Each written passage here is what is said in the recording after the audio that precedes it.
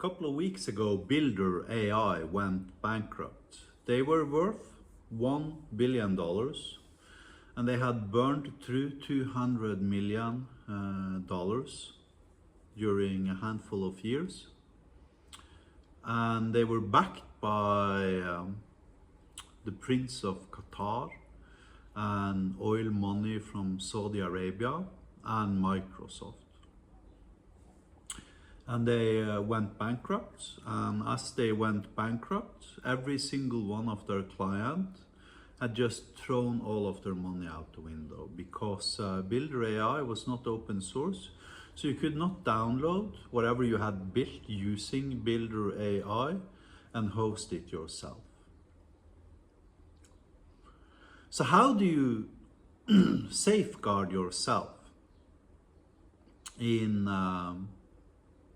today's AI landscape? If you want to start with vibe coding or AI code generators such as, Cursor, Manus AI, Builder.AI, or even Firebase for that matter, you need to ask yourself, what will I do if these guys goes bankrupt?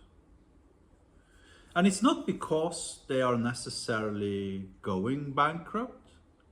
It's just that you need to be prepared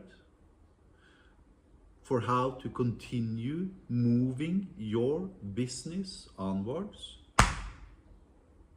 if they are no longer capable to providing services to you. Let me show you how you do that with AINIRO. So here I have a magic cloudlet. Let's say I wanted to take one of my modules and I wanted to move it to my own hosting environment, no longer hosting it with AINIRO. Okay, you expand the module, you choose the folder here, and you click download. And you've got the code on your machine. Then, if I delete this guy, then you click install module and you upload whatever you downloaded. I've now moved, except I didn't move it, I was inside of the same cloudlet both of the times, but I've now moved my code from AINIRO to my own hosting environment.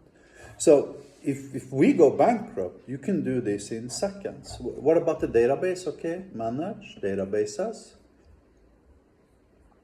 I'm now downloading the Chinook database and I now have a backup. If I go to github.com/poltergeist/magic, I can now clone magic, either locally on my machine or use the Docker images and push them to a server and host my own solution.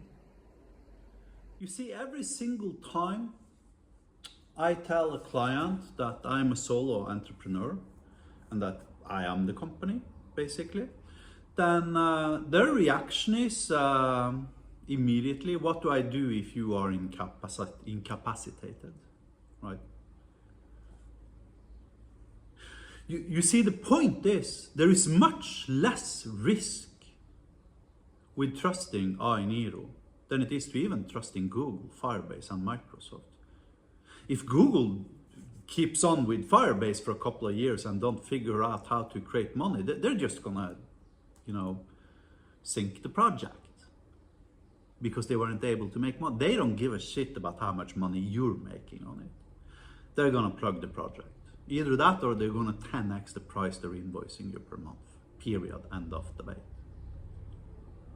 If I try to do the same, you take my code, you host it yourself. Period. End of debate. It keeps me straight. And that is even before we start considering the fact of that AINIRO is profitable. We're making money. That means we have a runway of 200 trillion years, in theory, at the current cash burn rate, because the current cash burn rate is negative. We're making money every single day. Every single month, AINIRO has profits. Every single month. So you should be asking that question, what do I do if this company is incapacitated? But now you know the answer related to AINIRO. So now who you should be asking that question to is Microsoft and Google and Supabase and God knows what else is out there, Cursor AI, Manus AI. Because those guys, I can pretty much guarantee you, they don't allow you to download your code or host it yourself.